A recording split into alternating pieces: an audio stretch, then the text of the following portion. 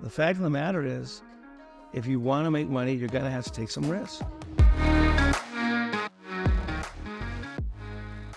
Good morning, friends. Welcome to the Make More podcast. I'm Matt Heslin. I'm here with my friend Steven, fellow entrepreneur and businessman. Steve, how you doing this morning? Doing good. Thank you, Matt. Thanks for having me. Hey, thanks for coming along for the ride. Yeah. This is, I'm glad to do an interview with you. I've had a bunch of questions since you started the podcast, so I figure it'd be good for me to kind of get in the hot seat and ask you some questions as well, you know? Yeah, I'm wide open, baby. I'm here for you. You know, we want to talk short term, we want to talk long term. Tell me what you want to talk about. Yeah, let's talk. I guess probably best would be short term goals, you know, like short term investments. Like where I'm 35 years old, so I always look back at maybe things that I should have done, when I was younger. So I guess that would probably pertain more to a long term goal. But from a short term goal, as somebody who's 35 years old, looking to,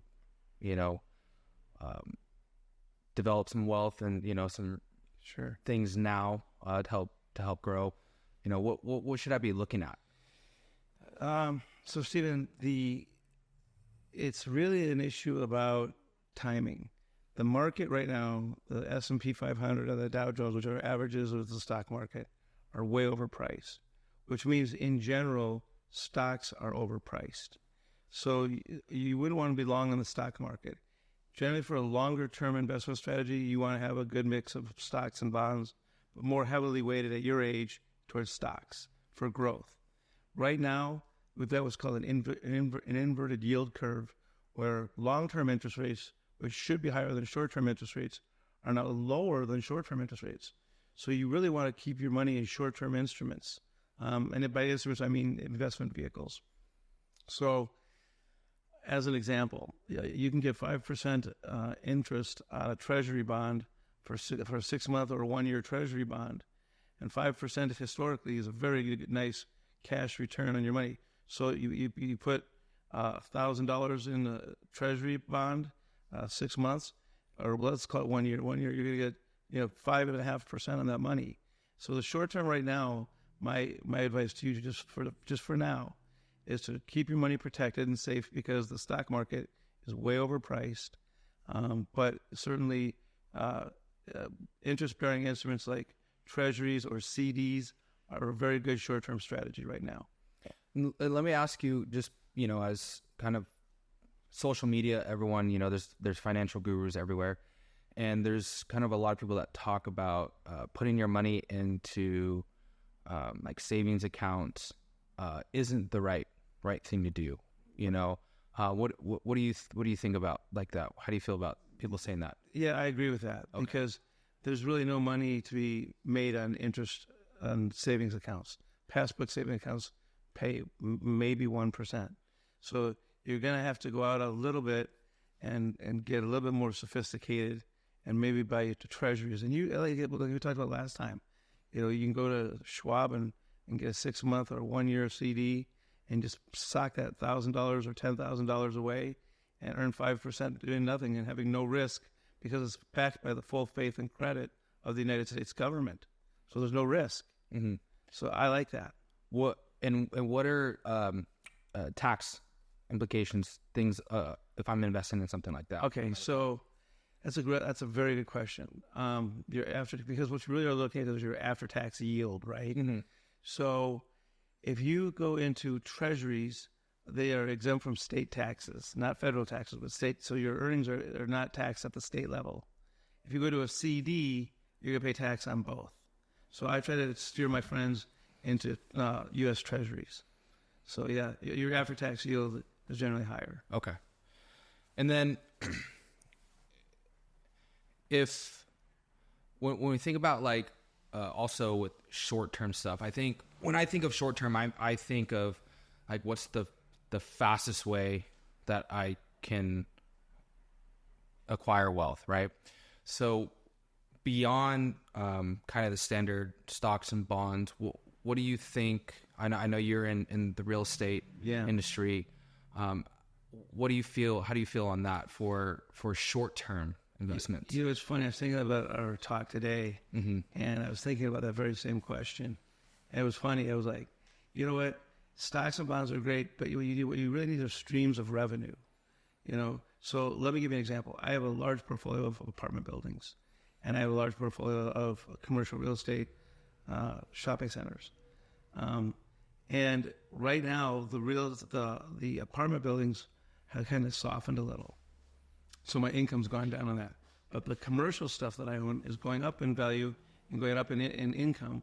So having multiple streams of revenue is really important because it helps offset the downturn.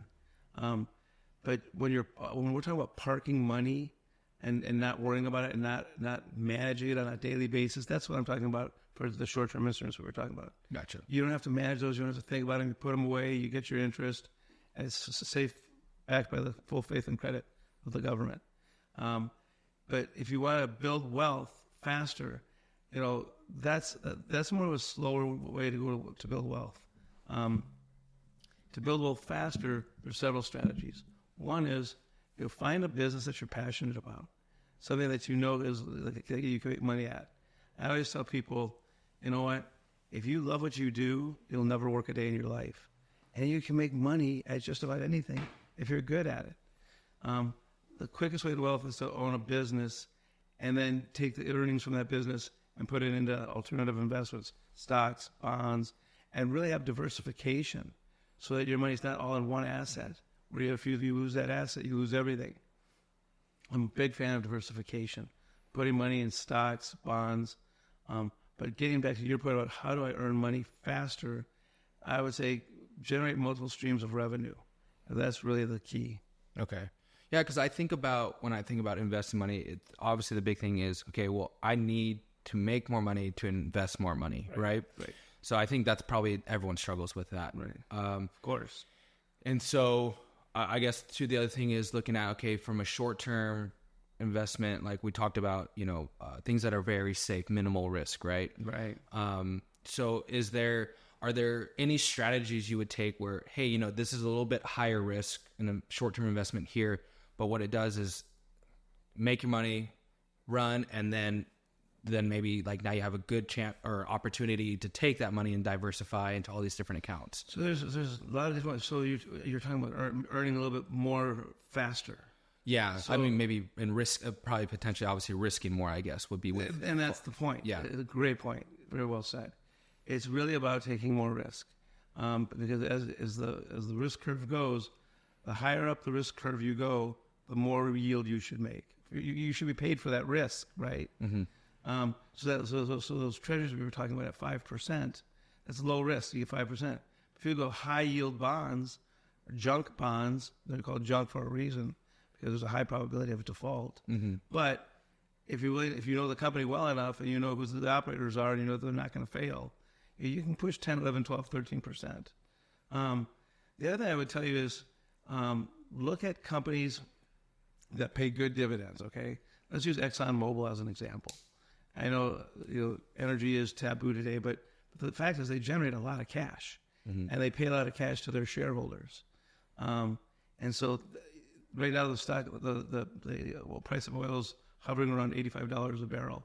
That's medium priced, okay. But when those stocks get beaten up and the stock's price drops, the yield as a percentage of the price is much higher. So that's when you want to buy. I'm a big fan of what I call contrarian investing. And I think 90% of the people are wrong 90% of the time. So I refuse to follow the herd. Yeah. Go your own route. Go your own way. Go with companies that are very valuable. ExxonMobil's not going away, but their stock will get beat up. When it's on sale, buy it when it's on sale. That's how you make big money, okay? When I talk about making big money fast, so the stock's worth $100 a share. And I'm going to teach through our series of our podcasts how to value those stocks. But let's say it's trading at $100 a share, and it's paying a 5% dividend. Well, if it drops to $50 a share, and it's paying a 5% dividend, now you're getting 10% on your money. Remember we talked about at 10%, your money doubles every 7 years. Mm-hmm. So that's one way to do it. Is look for companies that are sustainable, strong, profitable, aren't going away, but are getting beaten up. The market will beat up a stock for absolutely no reason. I mean, it could be there was a sex scandal at the company. Is that really going to affect the earnings of the company? Well, maybe short term. But the stock will get beat up, and when you see that thing drop, then you buy. You go the other way. People are dumping because they're scared. You just buy when it's a fire sale. So someone like me, I'm pretty busy. I have about 15 clients that I work with, right? So I'm on the computer quite a bit, but usually it's servicing, their needs. So when I'm thinking about like, okay, buying when a stock is low, right, getting in, my mind's not even like, oh, I should be watching, have another screen kind of watching the market. So that's kind of like a concern for me is, am I like missed opportunities because I just don't have the time, right? So sure. I guess the two things is is there a way for me to make time, or is there like, hey, you can dedicate like this amount of time a day and it'll pay off? Or is it financially more efficient to go to a Charles Schwab and hire a financial advisor to do this for, to hire somebody to do it for me? Yeah, it's a good question. I think part of it is by going to these investment houses, they pay attention to the bigger clients, right? So if you have $1,000 with them, you're probably not going to hear much from your advisor. But if you got $5 million with him, he's going to be calling you every day. Yeah, right? Because he's making commissions on the sale of the stocks, or he's being paid out of asset base. But you've got, it's a discipline. Yeah. When you're first starting out, the first $1 million is the hardest to make. And that's really about setting aside, you have all the time's a paradox. Nobody ever has enough time, but we all have all the time that there is, right? So it's kind of time's a paradox. And so it's about setting aside an hour a day. You can afford 1 hour a day to sit down and think in your mind, what are the stocks that are going to do well in the long term? Well, we know Apple, Tesla, potentially, Microsoft, all these stocks that have done well over the history, have a history of paying dividends, you want to latch onto. So you don't have to know the whole stock market. Nobody does. Anybody who says they are is full of shit. Nobody knows the stock market, completely every stock market. But you do know companies that you believe in. Yeah. That's another thing I want to talk about later on with another host, another guest, is ESG, environmental, social, and governance investing. Pick stocks that you are believing in their mission. You believe in their mission. You believe what they do. You know they're going to be profitable. Invest in those companies, especially when they're on sale. When you've been watch the stock fall. Don't just buy. Watch it for 6 months. It goes up, it goes down, it goes up, it goes down. And the high has been about 50, the low has been about 40. It's now at 31, and nothing's changed. The company's still the same company. The market's just beating it up. Buy it at 31. It's a lot safer at 31 than it was at 50. Yeah. So, and I think that's a good point, because as you're talking about that, where you said, watch the market and watch that stock for a while. And I think myself and a lot of people that I talk to that are unsure about this is we always feel like, how long do you watch and how long do you wait? And, am I going to miss an opportunity? Right. So let's say I'm watching a stock and like, oh, it's been hovering around $100 and kind of 110, 95, like that area. And we're like, okay, I'm going to wait for it to drop, because 6 months ago it was down. It had tanked down to 50, and then it went back up. And so we wait for those opportunities, but then all of a sudden, whether it's a new technology, a new CEO, or something happens, and all the next thing you know, it explodes, and now it explodes, and it's 200 a share, and you're like, shit, I missed because I waited. So, or because I wasn't watching. Yeah. So is it, is there a guideline, or would you say if you're going to invest, like, hey, if it's watch it enough, look at the history enough, like, would you say like, don't wait too long, or is there kind of like a standard thing you would do? Let me give you a real life example, because maybe that'll make it easier for our listeners. It's so you can go to Yahoo Finance, go to Yahoo/Finance, And you can put in any stock ticker symbol. Every stock has a ticker symbol, which is basically how they identify themselves on the market. So Microsoft is MSFT. ExxonMobil has their own ticker symbol, XOM. And you type in that, and it'll give you all the data in one sheet. It's very easy. And so you can look at that sheet and say, the 52-week average has been, $100 a share. Last 30 days, average price is $70 a share. Today, it's $55 a share. I mean, you're never going to get the full every penny off the table. Mm-hmm. So I always say, give up the top 10%, give up the bottom 10%, take the 80% in between, right? Mm-hmm. And be happy. There's a saying on Wall Street: pigs get fat, hogs get slaughtered, right? Yeah. So, I mean, don't try to be a hog. Try to remember, you can't. Nobody can time the market.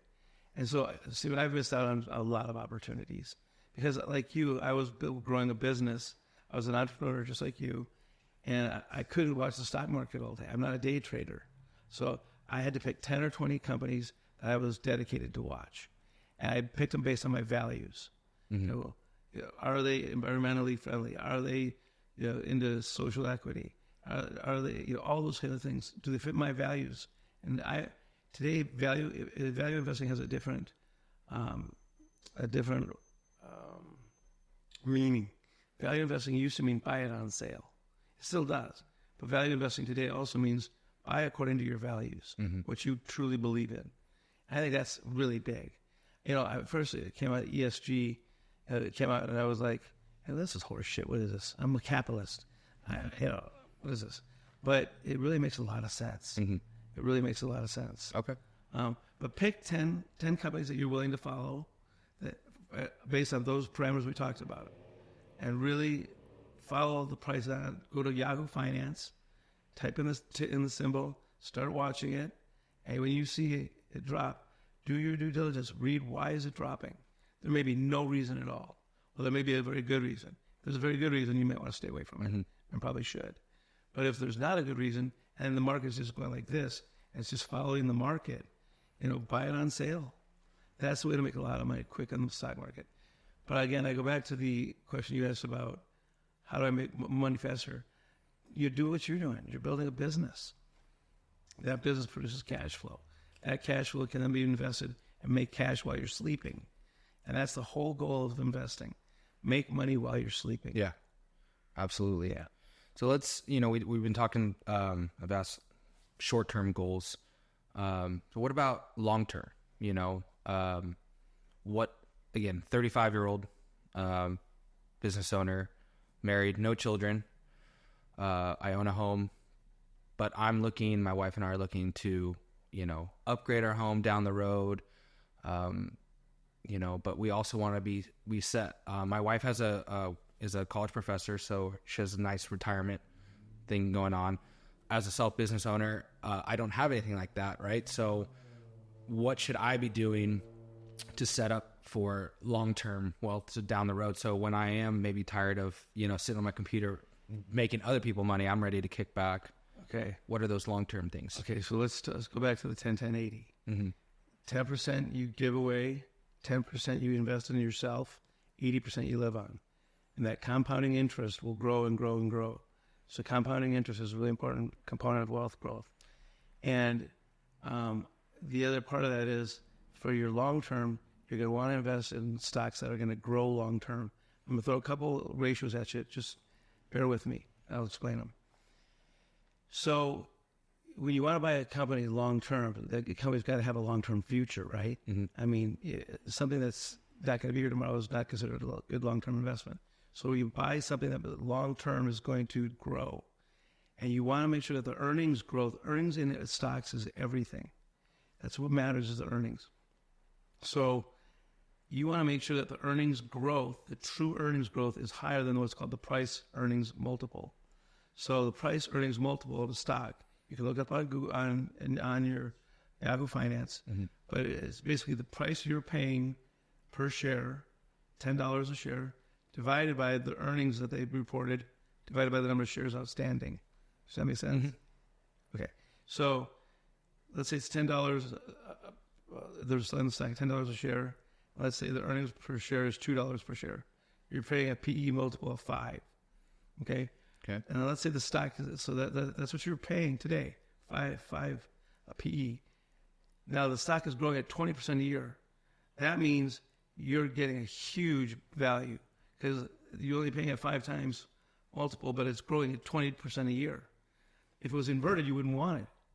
You pay a high PE ratio means you're paying a higher price for the stock. Mm-hmm. And if the PE ratio is higher than the growth rate, you're overpaying. Okay. If the growth rate in earnings, look at earnings per share. If the earnings per share growth rate per year is higher than the PE, you're buying the right stock. So long term, that's what you want to look for in stocks. And long term for you, because you're a business owner, you should have a SEP IRA setup, a self-employed IRA, where you're funding your retirement. Mm-hmm. If you work for a company as a 401k, you ought to be dumping everything you can into that 401k. And if they have a match program, which typically means they'll match like 6% up to the first 25% of your earnings, they'll basically match that. They give you free money, and that compounding interest is working for you. Now, Stephen, you've got what? A SEP IRA. You've got your portfolio you're growing. It's your business growing. What does that do? What we talked about. Multiple streams of revenue. That's how you get rich. I mean, it's the key. Yeah. Multiple streams of revenue and thoughtful investing. It's the critical path. So yeah, I currently have an IRA set up, and I think what is the max? Is it 6 or it just went up to 7? Yes. Or some. So I do that. I wish I could put more into it. Right. So that is something I have, but to be honest, that's really kind of one of the only things I'm doing. I have some stocks and stuff here, but yeah, I guess beyond, like, for someone like me, beyond like the max that I can invest in the IRA, as a self-employed business owner, what are other options similar to that I could be doing? The government doesn't offer us a lot of avenues for tax-free investing. So we talked about owning a business. We talked about investing in a SEP IRA. We talked about having outside accounts. I have a lot of accounts that are not, quote, structured accounts, So it doesn't have to have an acronym to make it more exciting. So, you open that account at Schwab, save as much as you can in that account, and, do your own investing, right? Mm-hmm. And they'll help you too. They'll give you the insight. Any report you want, they'll give you the report. And I really believe that understanding the PE ratio and the growth ratio is really critical, because you just don't want to overpay for something, because it never works out well typically. Yeah. Right. Yeah. So. And then quickly, I want to kind of go back. We've talked a lot about the bonds, and we were talking stocks, and something that you hear the term related to stocks, ETFs, and I think a lot of people, we don't maybe understand that, and like what is a good ETF, or those avenues. So if Sure. So the ETF is what's called an exchange traded fund. Mm-hmm. It acts a lot like a mutual fund. So what does a mutual fund do? They go out, they have a manager, and he takes all the cash in from all the investors like you and me, put $1,000 into Matt's mutual fund. And so Matt takes in $1 billion and goes out and buys thousands of pieces of companies. And so that's risk diversification at its maximum, right? Mm-hmm. So that's how the ETF behaves. And typically it's in an industry, a particular industry. And further, they're generally lower cost. These mutual funds have management fees. They have front-loaded fees. They have back-end fees.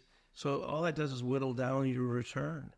So you want to make sure that the fee structures are reasonable, and so the ETFs tend to have a low. They're very lower cost funds to get involved with, and they offer you diversification is what they're offering you. Okay. Awesome. I like it for the average investor. I do. I think it's a great way to get involved and have great diversification, but you're not going to learn much. Mm-hmm. To get rich, you got to learn much. You got to learn and understand what you're buying. The ETFs, they just go with the market. Gotcha. So if you're involved in a technology ETF, If technology is growing at 5%, guess what that ETF is growing at? 5%. Because it's a combination of all those companies that they bought in that sector. Then that would be a good thing to bring up too. So going back to my to yourself and IRA, right? IRA account. What is the best stocks or things? Because I think in mine I'm Vanguard is what my IRA is invested in.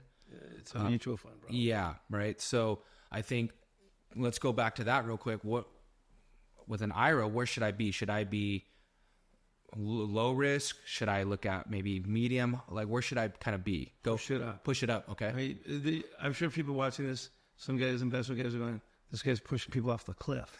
What the fuck? I mean, fuck. The fact of the matter is, if you want to make money, you're going to have to take some risk. And so, where should I be? In an IRA, that's a retirement account. You're 35. You don't have to withdraw until I think you're 70 and a half or something. So, in 35 years, if it goes down, it'll come back up. So, you want to go long-term growth stocks. That would be my opinion. Long-term growth stocks mixed in with some income. You guys don't want to have a mix, right? You don't want to go 100%. I didn't do that. I went 100% balls to the wall, total stock investing, and made a fortune doing it. But it doesn't always work out that way. I had a lot of years where I started my company, started my investing principles when I was 16 years old, and started reading everything I could. And so I became an expert at it and just started following my strategies. And you know what? Following the discipline is everything, because it takes discipline to put that 10% away. You go, oh man, I could have that new gadget that I want, but there goes my 10%. Well, to get rich, you have to forego now the things you want for later with wealth. And you know what? There's nothing more fun than being rich. Yeah, I'm sure.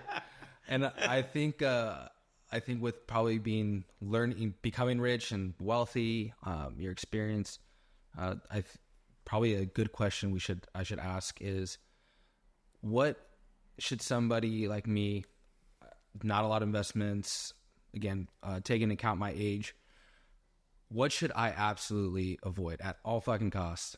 Don't touch. Don't do this. Anything that Bernie Madoff may have been involved in, or Jeffrey Epstein. You gotta avoid the catastrophes, right? So, I think the critical ones to avoid right now are probably the high real estate REITs. I would avoid REITs right now. Real estate is overpriced. The residential market is got a very low level of inventory. It's got a very high price. The interest rates are high. It's hard to it's hard to make money in residential real estate. So if you're going to go into a real estate investment trust, which is a public company that invests in a certain sector of the real estate market, call it residential, where they do buy for rent homes. They will go buy and build 1,000 homes, and they rent it all out. The key becomes to make sure you don't overpay. And the REITs, they're called REITs, real estate investment trusts. I think absolutely stay away from them for right now. That's my personal opinion. Tobacco, stay away from it. Get rid of it. It's got a lot of earnings, but the lawsuits are so heavy, and they're paying out billions of dollars. I also don't like big pharma. I think they're screwing the American people. They're screwing their investors. And, the fact is, every pill that comes out, it doesn't cost them $60 to make. Yeah. And so that doesn't tie with my social equity. I will not buy big pharma. I will not buy tobacco. I will not buy the liquor industry. So there's certain things that I avoid at all costs. I don't care how much money they make. But that's more emotional. Mm-hmm. If you're going to buy it strictly for income, they're probably okay. But I would avoid them because the lawsuits are so heavy. They're paying out billions and billions and billions that could be going into your pocket, but it's going to lawyers, it's going to the court costs, and it's going to plaintiffs. So I would avoid those at all costs. Okay, awesome. Kind of, wrapping up our interview, I just wanted to, any other advice you would give particularly me, it doesn't have to be, our audience and people that are listening, but specifically like me, if you were in my shoes, what action items would you do today? Okay. Number one, don't trust other people with your money. Okay. A lot of people, including people I know very closely who are somewhat wealthy, they just turn their money over to some investment guy. Pitch of the day, they say, "Well, I'll take good care of you. I won't fuck you." Anytime somebody says they're not going to fuck you, they're going to fuck you. That's a fact. I mean, that's a fact. I mean, I've never been fucked by somebody who said they weren't going to fuck me. So the reality is, absolutely stay away from people who tell you that they won't fuck you. Stay away from big pharma, stay away from tobacco. But the one thing I would tell you to do of all things is to stay disciplined, stay focused, stay focused on the goal. We talked about in the last podcast about the 5x7 card. Write down how much money you want to make and by when. And look at first thing in the morning and look at first thing at night. And your subconscious will go to work on producing that for you. But stay disciplined, stay true to yourself, stay true to the companies you're investing in, that meet what you believe in, and it's hard to go wrong. Develop multiple streams of revenue. Make sure you have multiple streams of revenue. Start a small business. It's all doable. But you got to be dedicated. You got to be diversified. Awesome. Well, thank you, Matt. Thanks for letting me come on and I'm glad to ask you man. some questions and help me out. I'm sure I'll be back on asking more. Dude, I'm looking forward to it. Picking your brain. So I love having you. And okay, so a question for you before I go. I ask this to everybody. 2 questions, really. What's your favorite beer? Well, my go-to every day is Coors Light. I am a diehard Coors Light person. Really? Yeah. You strike me more as an IPA guy. I am. So I do have my favorite beers. My favorite IPA is Hanalei IPA from Kona Brewing. That's good. It's a passion fruit IPA. I that's my go-to, but I can only have a couple, then I start slurring and I feel fat.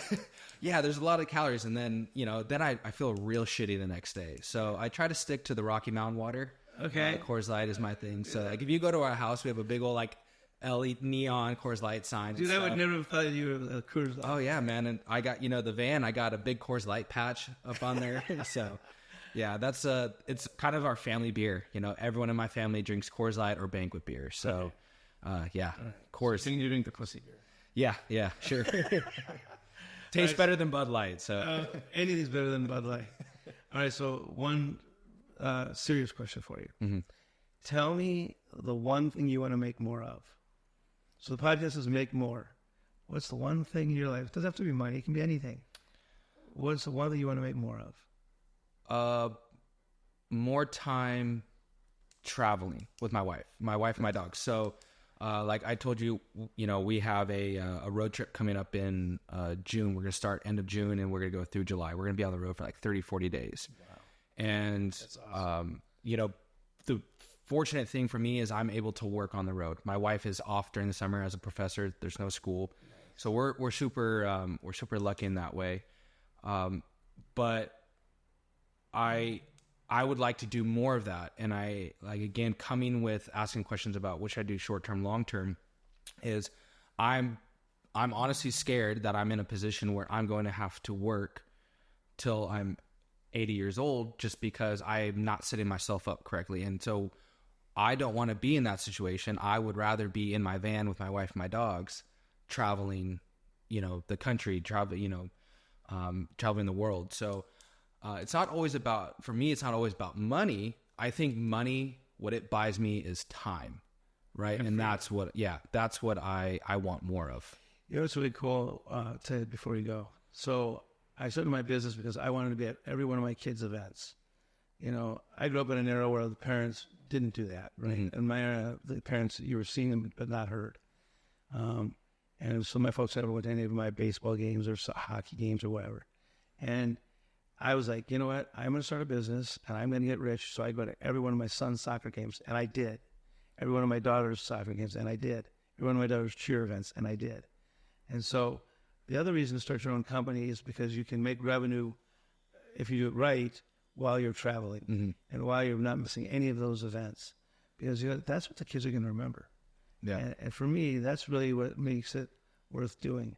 But it was, dude, this is great. This is fucking great. Yeah. Great thoughts. You know, you're not. I hope this helps. Yeah. You know, you will be in a position of freedom because you're doing the right things. Mm-hmm. And if you follow what I'm telling you, and you stay true to it, I mean, when you're in your van, you've got your laptop, right? You can go on, what did I say, Yahoo Finance, and put out the 10 companies and follow them every day, and you'll make a lot of money. You'll be surprised. Once you make the first $1 million, the rest will just come. Very easy. Awesome. Thanks, man. Well, thank you, Matt. Appreciate it, brother. Thank you.